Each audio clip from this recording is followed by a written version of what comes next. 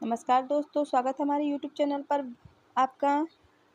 आज हम शिव महापुराण भाग 2 सुनेंगे।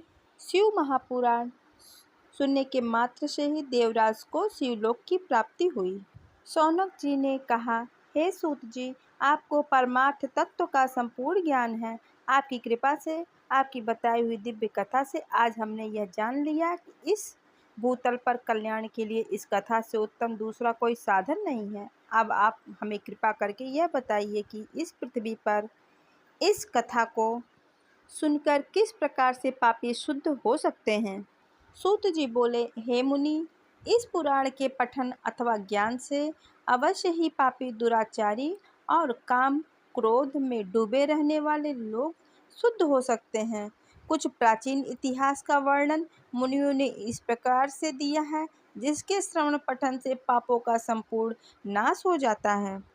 प्राचीन काल की बात है। एक नगर में एक ब्राह्मण रहता था, जिसका नाम देवराज था। वह ज्ञान के विषय में बहुत ही दुर्बल, दरिद्र और वैदिक धर्म से विमुख था। वह अपनी दिशा से भ्रष्ट हो गया था और वैश्य वृत्ति के कामों में लगा रहता था। उसे स्नान, संध्या आदि कर्मों का ज्ञान नहीं था।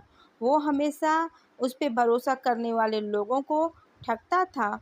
उसने सभी लोगों के धन को हड़प लिया था।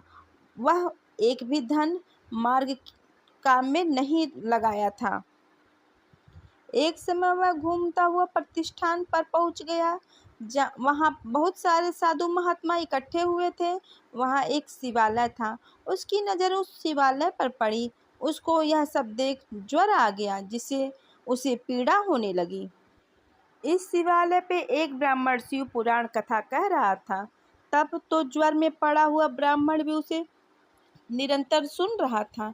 एक महीने के बाद वह ज्वर से अत्यंत पीड़ित होने लगा और फिर चल बसा। यमराज के दूत आकर उसे बलपूर्वक पासों से बांधकर ले गए। तभी वहां पर भगवान शिव के पार्षदगण शिवलोक से आ पहुँचे। उनके स्वरूप का वर्णन इस प्रकार है। वह उज्जवल दिख रहे थे। उनके हाथों में त्रिशूल थे। उनके अंग भस्म से उत्सित थे। उनके गले में रुद्राक्ष की मालाएं थी। वो लोग अत्यंत क्रोध के साथ यमपुरी में गए और यमराज के दूतों को खूब मारा और धमकाया और उस देवराज को उनके चुंगल से छुड़वाकर अपने अद्भुत विमान पे बिठाकर कैलाश पर जाने लगे। यमपुरी में तब बहुत कोलाहल मच गया था, जिसे सुनकर धर्मराज अपने भवन से बाहर निकले। तब भगवान शिव के उन दूत को देखकर धर्मराज ने अपने ज्ञान दृष्टि से सब कुछ जान लिया और उनकी पूजा की।